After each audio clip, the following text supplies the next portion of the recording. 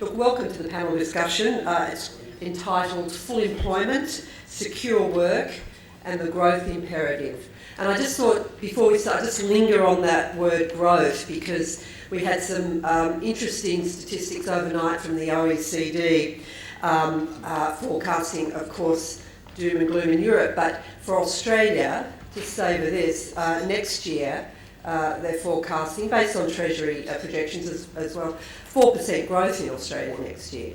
Now, of course, that may turn out to be too rosy, particularly if there is financial Armageddon in Europe, which we've been, I've been hearing from commentators for 2 years that the euro was going to break up. But now I'm getting really worried because the miners are now coming out and saying things are getting really bad. So the 4% growth next year may be a bit too rosy, but in the context of the rest of the world right now, where they're forecasting growth in Europe of just about 0.2%, more likely recession, we've got really a lot of wiggle room. And I'm saying that because probably in about an hour's time we're going to get the mini budget handed down in Canberra. There's going to be a lot of doom and gloom about that because the deficit's likely to blow out this year to something like $30 billion, but in the context of a $300 billion budget, that's not too bad. There'll be a lot of debate, of course, about the surplus that obviously the federal government is absolutely committed to deliver. Next year might be only about $2 billion, might be about $3 billion. We'll hear from the opposition about it's all creative accounting, it doesn't count. But the fact that we are actually talking about the possibility of a surplus is remarkable in the current global economic climate. We're talking about unemployment rate here of 5.25% compared to Europe, where in Spain it's 20%. It's also quite remarkable. I don't hear very much these days, and this is what I'm hoping the panel will flesh out.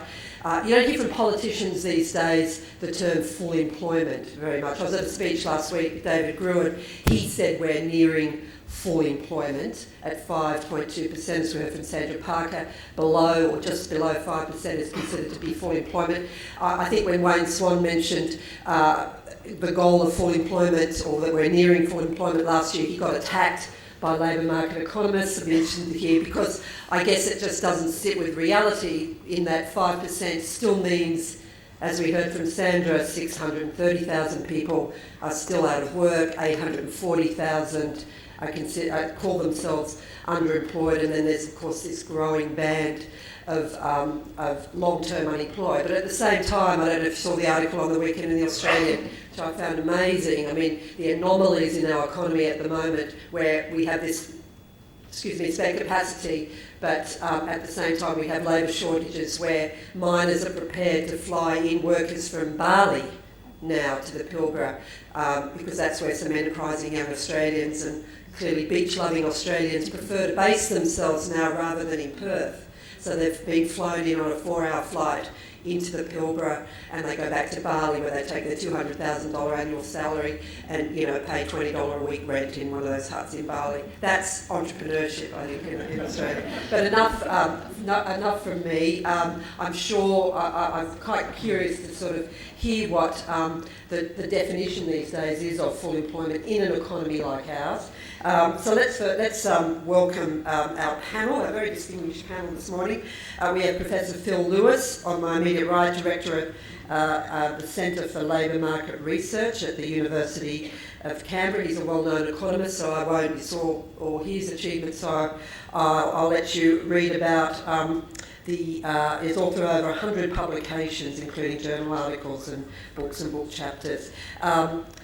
Next to him we have Catherine Flynn, who's Head of Engagement, Retention and Employee Relations at Woolworths.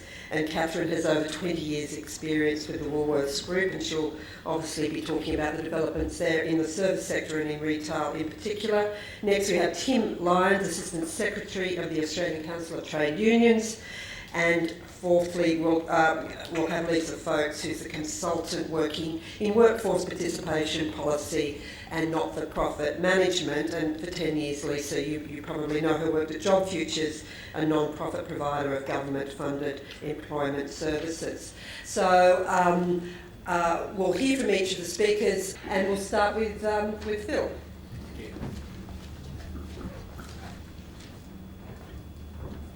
Thank you.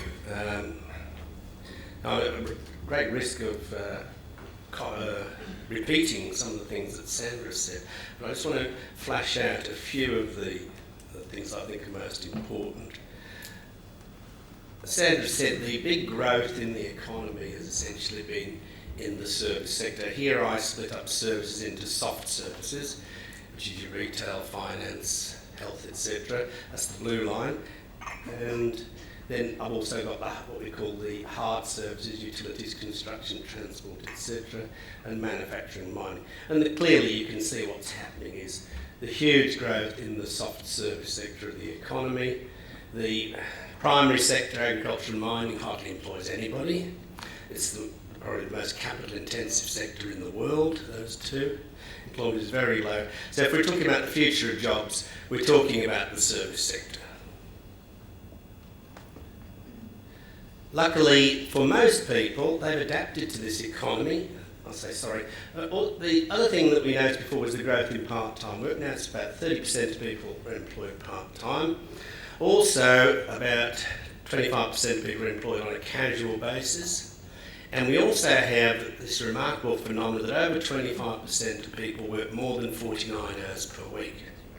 To put that in perspective, that's a day and a half over the standard working week.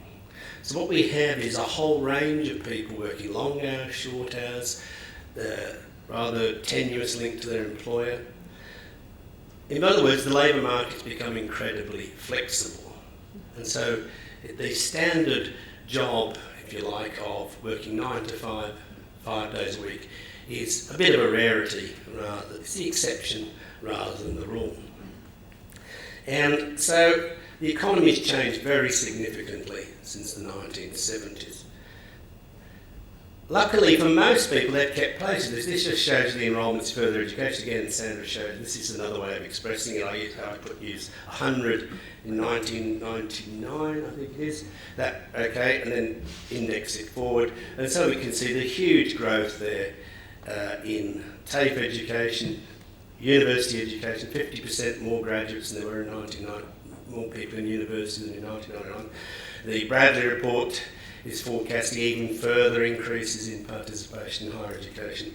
And even in the trades that were going through a very slack period, they're actually declining the number of people wanting to go into trades education. That's been rising quite significantly. And so is school participation. So for most people, the economy is working very well. That's the good side of the story. The side I want to concentrate more on is the other side of the economy, and here's the unemployment rate again, which we saw this morning. I delight, and my students delight in when I say, when I was a student, unemployment was 2%, and government's got turfed out of office if it got to 2.5%. They think this is rather odd. And you can see here, we're now looking at what the Treasury says is a natural rate. That's the rate at which if you go below you get inflation, or the non-accelerating rate of unemployment. They're talking about 4.75%, compared with 2% in the 1970s. That to me is an absolute scandal, that anybody could accept that the best we could ever do for the economy is 4.75% unemployed. The other thing you see from this graph shows a lot of things. It shows you that once unemployment rises, it's very hard to get back down again. It also shows that after 20 years of positive economic growth, the best we can hope for is 4.75%. And this is over a period when we've had lots of different governments, Labor, Liberal coalition, and there's been nothing really been done to address that problem. Or they may have tried to do it, but obviously hasn't been successful. Apart from that, we also found out, of course, that a lot of labour is not just unemployed. In fact, the unemployment rate is a bit of a mystery because basically People have to satisfy a test of whether they're ready to work, whether they're actively looking for work, etc. And if you use other measures which sort of relax that definition very slightly, so the blue line there is the people who are actually classified as unemployed, and my little screen here is red. The red and green lines are using other definitions, but you just modify the definition slightly, and you get an unemployment rate more than twice what the official statistic is. And even worse, I think, is this one here, which is the number. This is the people who are of working age. So they're not old age pensioners. They're people of working age who rely entirely on social security for an income. This is how it's changed over time. Clearly, the people on unemployment benefit changes with the trade cycle, if you like, with economic growth. Okay, and as you see at the moment, it's around 550,000, 600,000. But then look at the single parents. These are in absolute numbers, not just as a proportion of the population or the workforce. Look how they've risen over time. Recently there's been a bit of a dip because of the change in eligibility for sole parent benefit. But quite a huge increase. But much more important, I think, is the disability support pension. See, it's gone from 200,000 people in 1980 up to something like, I can't read my own graph, about 750,000. So, in other words, there's about 1.5 million people of working age who rely entirely on the government for social security payments. That, to me, seems an absolute scandal. It's also a huge budgetary drain. It's worth about 80% of all income taxes, expenditure on welfare. Put that in perspective. What a waste of the nation's resources that is, in terms of loss of capacity and lost output. So there are several questions here which I'm sure we could talk to when we have questions from the floor. But why has there been this increase? We're moving to a service sector economy, so there's not many people in industrial jobs, so they're not getting disabled at work. What are the reasons for this? What's the investigation taking place that's actually going to address this problem? If you look at that unemployment figure again, we recognise there was a problem in the 80s. We've had 30 years to do something about this. I remember talking about this only 20 years ago and suggesting there needs to be some fundamental changes to policy in Australia, starting essentially with children. The biggest single indicator whether you've got a job or not is when you left school. If you left school before year 12, your lifetime prospects are very poor indeed.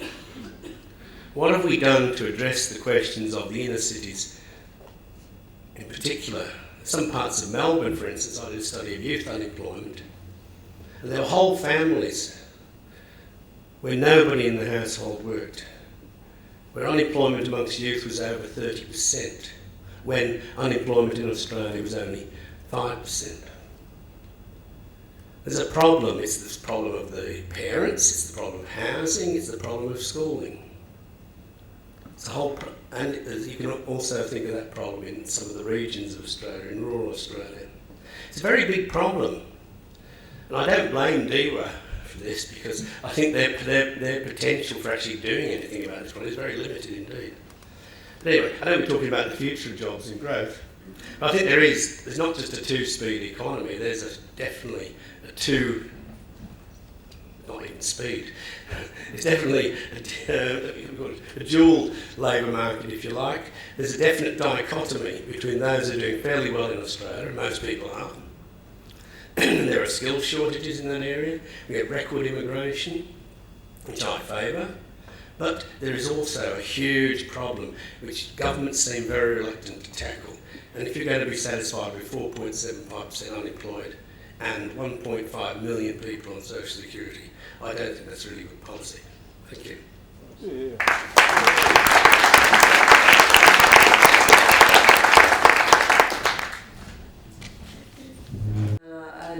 Now I'd like to call Catherine Flynn to the podium from Woolworths. Thanks.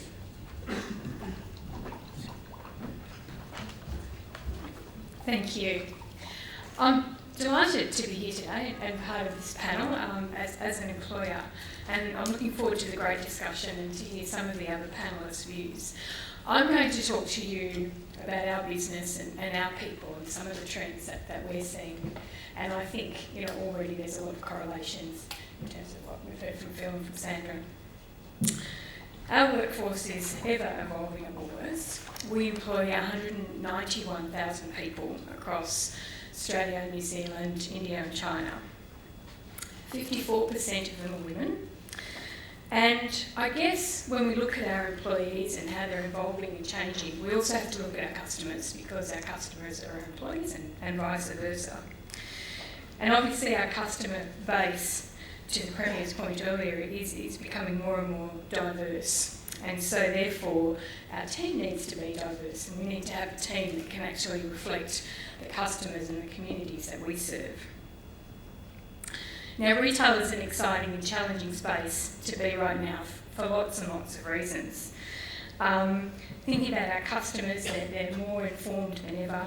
They're really concerned about their health and well-being, but also value for money. They lead busy lives with conflicting priorities, and they have lots of information at their fingertips, and our employees aren't any different. So for us as an employer, diversity, flexibility and innovation are key for us to be able to respond.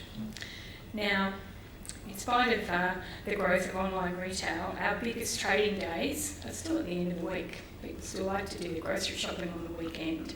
And so for us as an employer, and I think to Phil's point around the Monday to Friday 9 to 5, we need to be able to respond to that with a flexible workforce. I wanted to share some of our workforce statistics with you and how things have evolved over the last few years.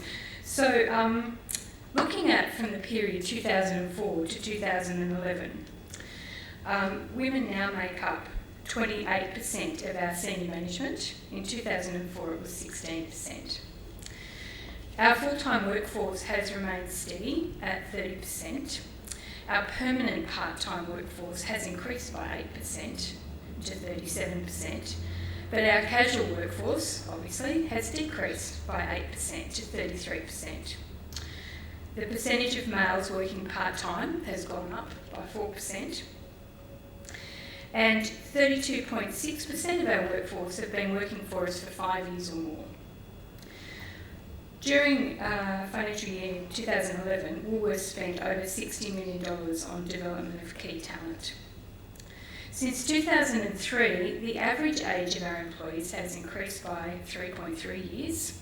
So now the average age of Woolworths employees is 31.7 years.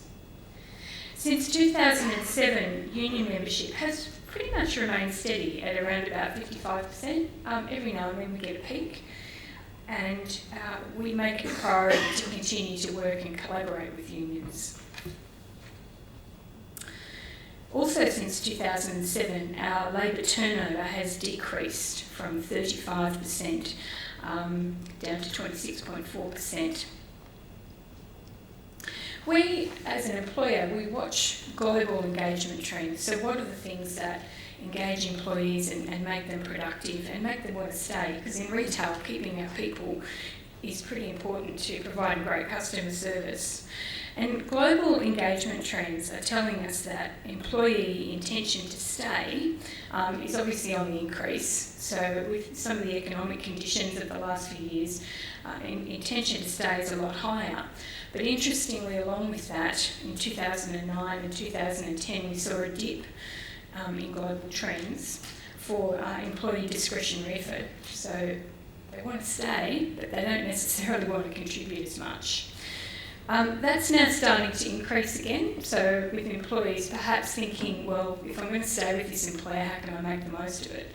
So those global trends are really important for us to consider how to best engage our workforce. And we are seeing some correlations when we measure engagement in our business.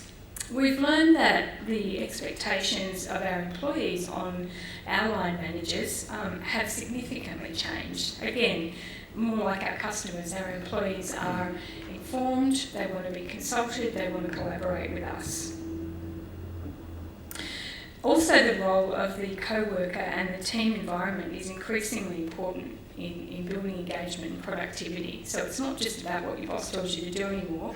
For us as an employer, productivity is about how we can create an environment where people feel that they can contribute their best and be part of a team.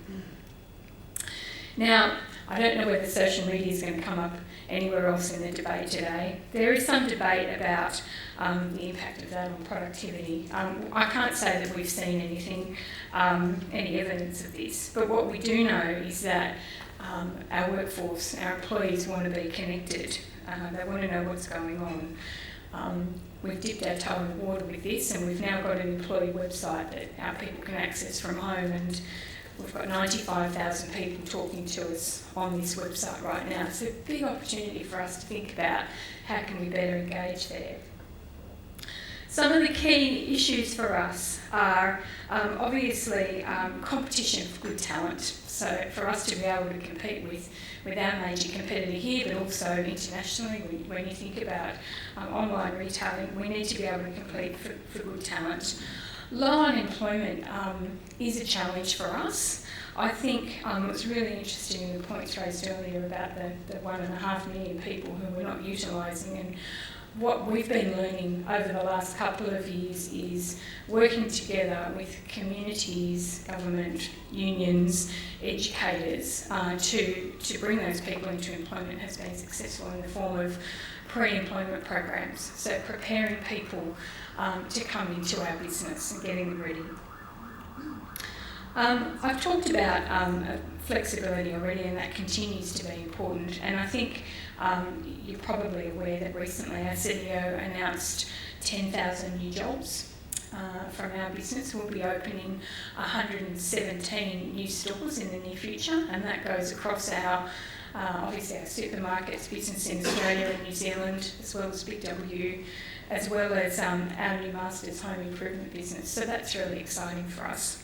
So I've just tried to cover off some of the issues and considerations for us as we grow and develop that workforce, and as I said, I look forward to the debate.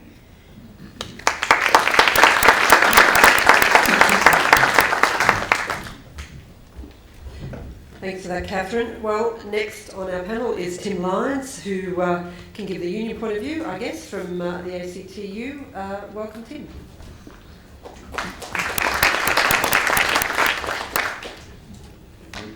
Thank you very much for the invitation to address you on this, I think, particularly interesting topic.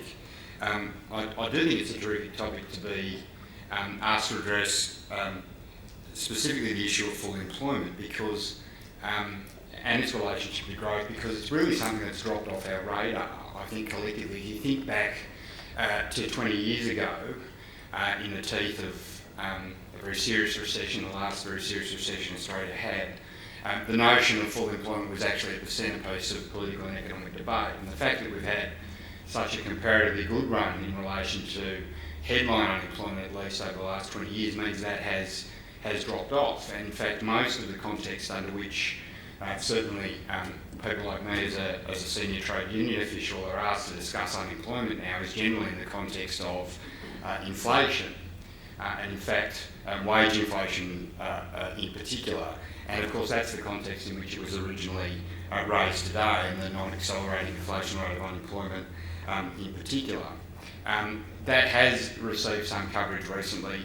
My favourite in particular was a coalition member of the House Economics Committee who recently questioned Governor Stevens, had a very long series of questions about the NERU. Quite what the founder of India's Congress Party had to do with Australia's inflation rate, I'm not sure, but the member in particular was very keen to press the point.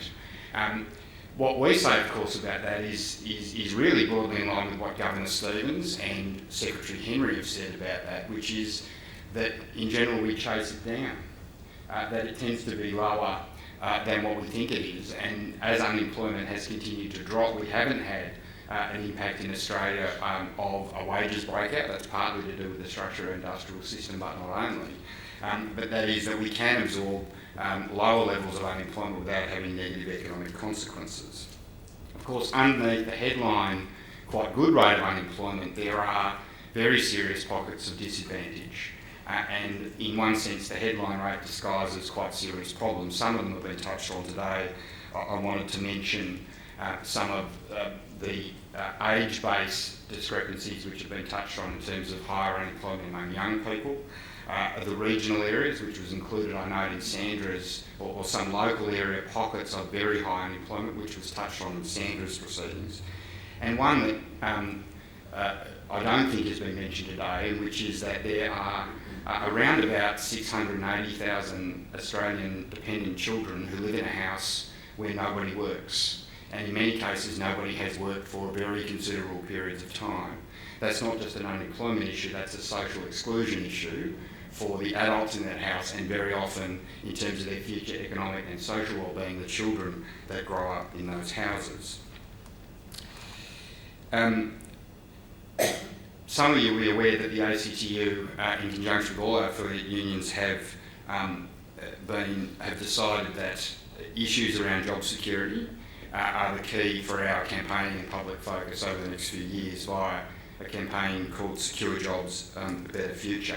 It's an issue that's very dear to my heart because of my personal experience of coming into the union movement, which was starting as an organiser in the early part of the 1990s in the Victorian, in Victoria, representing people in manufacturing and the distribution industry. So that wasn't a particularly good point to be working in blue-collar work in Victoria in the early part of the 1990s. The recession was terrible. It hit the sort of people I represented very hard and hit Victoria very hard. But as we came out of that recession, as jobs started to come back, as profitability to corporate Australia came back, it became much easier to get decent wage increases through the enterprise bargaining system. But as employment returned in the industries I worked in, the difference was the jobs that came back weren't the ones that had been lost. The jobs that had been lost were overwhelmingly permanent, full-time, quite secure jobs. The jobs that came back were casual, they were contracted out, they were labour hire, and they were used through various forms of outsourcing. They were lower waged, they were generally lower security, and they generally offered less benefits and less connection to the workplace for the workers involved. Many of the people who were coming back into the labour market after a period of unemployment came back into the labour market at a point which was lower, both in terms of security, wage and skill, than the one they'd left it when they'd had their period of unemployment. And in many cases that position persisted for those individuals for very considerable periods of time. The reason we're focused on this at a headline level is that Australia has around 40% of its workforce in some form of contingent employment. That is some form of non-traditional permanent work. That is the highest in the developed OECD other than Spain, where the numbers are distorted by a very high agricultural sector with a tradition of seasonal labour. It doesn't need to be this way. There is nothing structural about the nature of the industries that we have in this country or the nature of the Australian economy that requires that level of contingent employment. And what we want to do is have an increasing public focus on not just jobs per se, not just the headline unemployment rate, but more about the quality of work and about the balance of risk that is born in employment relationships as between government and the intersection with the welfare system and employers and the employers directly, and we do think in many cases that balance is currently wrong. Part of the problem of advancing these matters in a public debate, I think, is the work that most of us do is completely invisible in Australian public debate. And I think, with due respect to Sheryle, we saw an example of it today, is that the two sorts of jobs that often get written up in the media in Australia are in two categories. One is the sort of 25-year-old cyber nomad who works from home in hot desks and is a web designer and is happy to work short-term contract basis and then go on a long holiday to backpacking around Vietnam. And the other type of worker is the FIFO worker, is those that are lucky enough to be one of the only about 200,000 Australians that are working directly in the mining industry and sharing in the boom of that. Although, in respect of FIFO, much of the debate about that is actually also caught up in a sort of almost moral panic about how is it conceivably possible that a working class man who wears high-vis to work for could possibly be worth $200,000 a year, but nevertheless. The reality is those two sorts of jobs are not what most of us do. They don't reflect the majority of any of our working experiences, much less the community at large, I think. And if you think about that number, about less than 200,000 people nationally in the mining industry, as against retail, which employs, I think, 1.2 million people as a total across the economy, and is far more important to it. So today we've publicly released, and I don't have copies for everybody, but it is on our the ACTU website, an options paper, which is part of our contribution to this campaign. What it's designed to do is to assess both international experience and the experience of Australian unions across a variety of industries about what are the measures that can promote job and income security, either in specific industries or more generally. It's not a detailed policy prescription of specific things at this point, which we say need to be done. What it is intended to do is start a conversation with government, with academia and with business about how we get greater levels of job and income security for more Australian workers. It's part of a process we have of an independent public inquiry, which the ACTU has commissioned, chaired by former Deputy Prime Minister Brian Howe, which is taking public submissions from unions, from workers directly, from employers, and we hope from as many businesses and government and NGOs as wish to participate. So we do think that what we wanted to do in the form of the paper was to go through over what the drivers of insecure work are. The drivers of low quality work, the economic drivers from the point of view of employers, the drivers that are actually about management quality, that is, it's actually easier to just put on a bunch of casuals in some cases than to go through proper workforce planning and training. Some of the drivers that are actually around the way the government interacts with the non-government sector in terms of the way it funds, for example, outsourced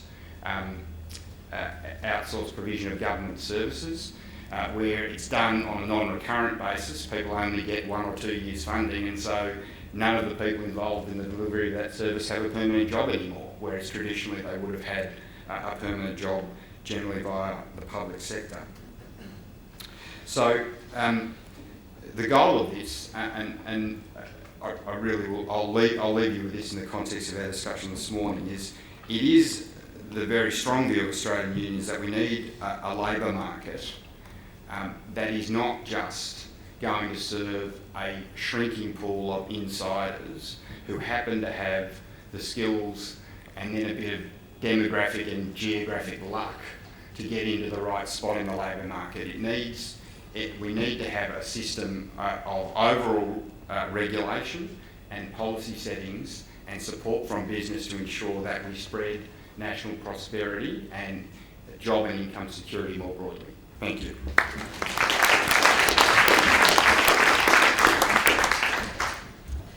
Thanks, Tim.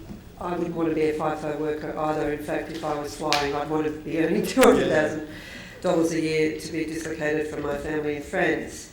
But that is another question that we can talk about here. But having said that, essentially I was at a speech the other day, again, David Gruen, and he did make the point that mining is a small proportion, but when you look at mining related, it becomes 20% of the economy. But we have to also remember that mining and mining related, that is, flows into the service, represents 70% of Australia's income at the moment. So that's the disparity there. Next, and our last speaker is Lisa Fowkes.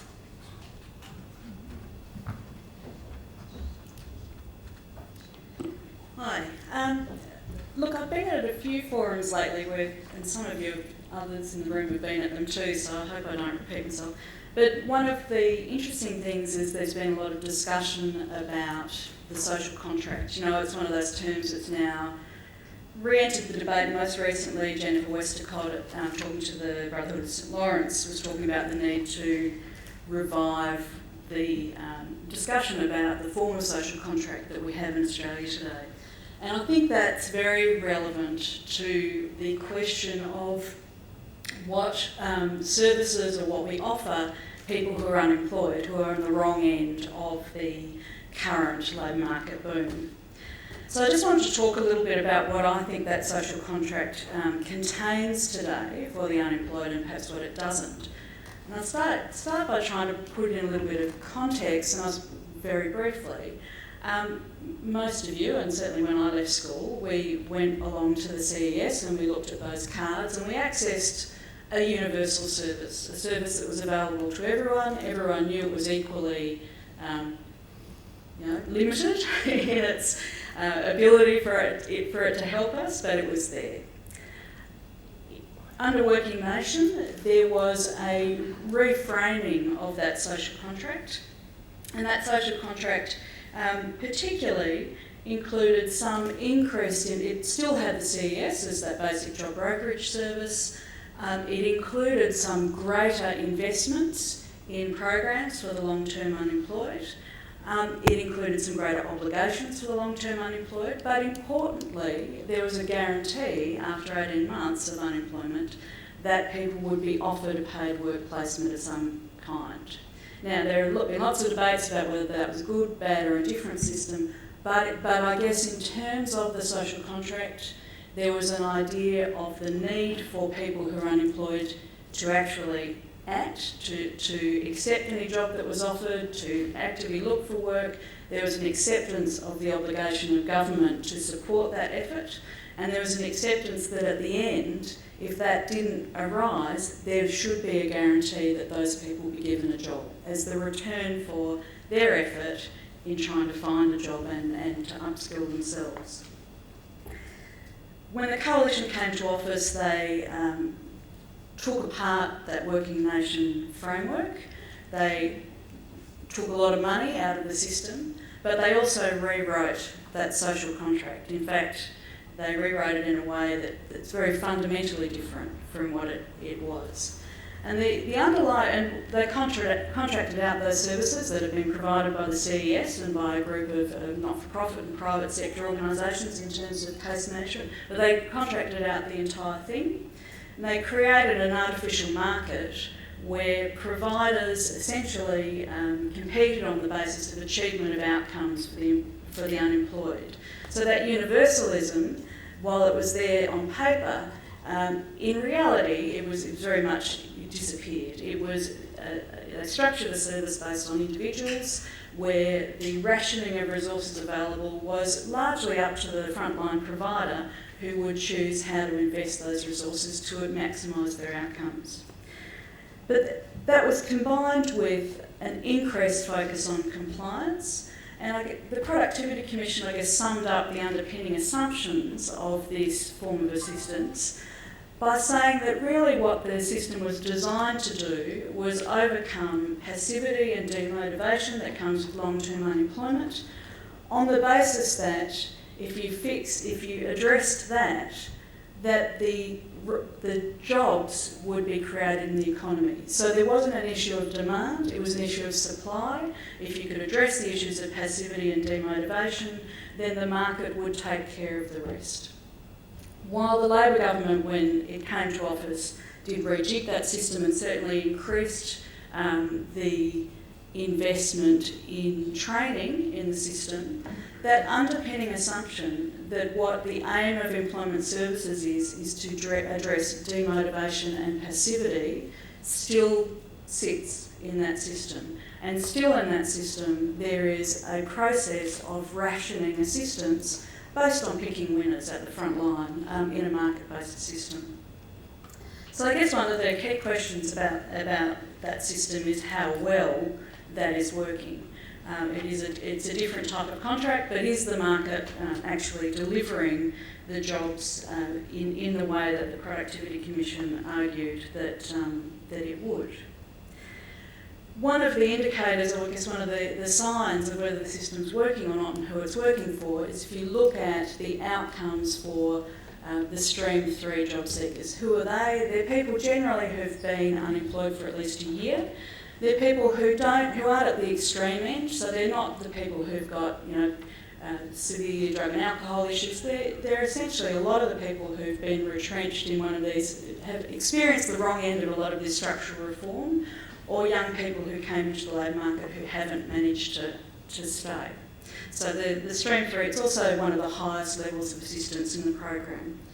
And after going through that system, about 34% of people employ some form of employment, but of that, 60% is casual, and only 8% of participants will get a full-time job. So essentially what we are doing through that level of assistance, which is one of the higher levels of assistance aimed at the very people who are at the wrong end of the labour market, is we are delivering them into the ranks of the underemployed. The same group that we've seen highlighted on the screens.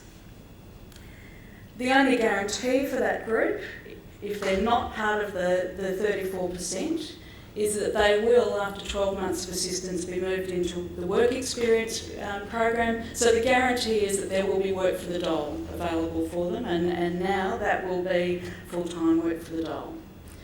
For many participants in that system, their experience is one of being treated like a number, of being devalued, of not being allowed to make decisions about what sort of assistance will help them, of being blamed for their position and being humiliated. So that is the risk is essentially on those people. Both the risk in terms of unemployment, we're not offering them any sort of guarantee other than we will keep them active and address their passivity and motivation. That doesn't fit with the sort of labour market we're seeing and the demands that we make of workers. If you think about the people that we want in our workforce, they're not people who are humiliated, who have lost their sense of optimism, who have a sense of loss of control over their environment. They're people who are problem solvers. The people we want are problem solvers, are optimistic, and will maximise their opportunities within a flexible labour market. So I don't think we're delivering either a useful outcome in terms of productivity and meeting labour market demands, but we're certainly not delivering a fair outcome in terms of the burden of risk in our current economy and in a wealthy and prosperous economy. So I guess what I wanted to say, and I'm really looking forward to the discussion, I don't think these are easy problems to solve, but I do think we need to think about the social contract, and in particular we need to start to think about rewriting it, with our starting point being one of the major rights in the Human Rights Charter, which is the right to work. Ultimately, what the guarantee that we should be offering every Australian who wants to work is a right to work on decent terms, and to be protected from the poverty and the grinding poverty that is currently associated with unemployment. So I guess what I'd like to talk about today is how can we go about rewriting that social contract to address both the issues of unemployment, but also the issues of the quality of employment that people get once they're in there.